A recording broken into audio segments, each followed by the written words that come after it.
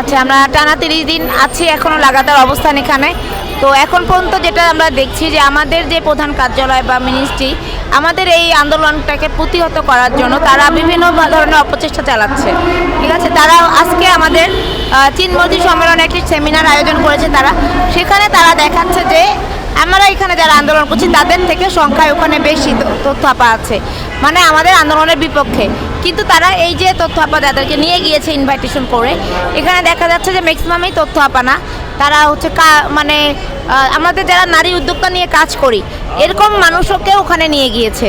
তারপর হচ্ছে মিনা দল আমাদের একটা আছে যারা হচ্ছে মাঠ প্রজেক্ট আমাদেরকে সহযোগিতা করে, এই মানুষগুলোকে নিয়ে গিয়েছে। আবার আমাদের অফিস সহায়ক যারা নারী এরকম তাদেরকেও ভয়ভীতি দেখিয়ে ওখানে নিয়ে যাওয়া হয়েছে এবং 5,000 টাকা করে অনারিয়ামের একটা প্রলোভন দেখানো হয়েছে। তো এইভাবেই তারা ওখানে সিটগুলো ফিল আপ করেছে, মানে উপদেষ্টা এবং প্রধান উপদেষ্টা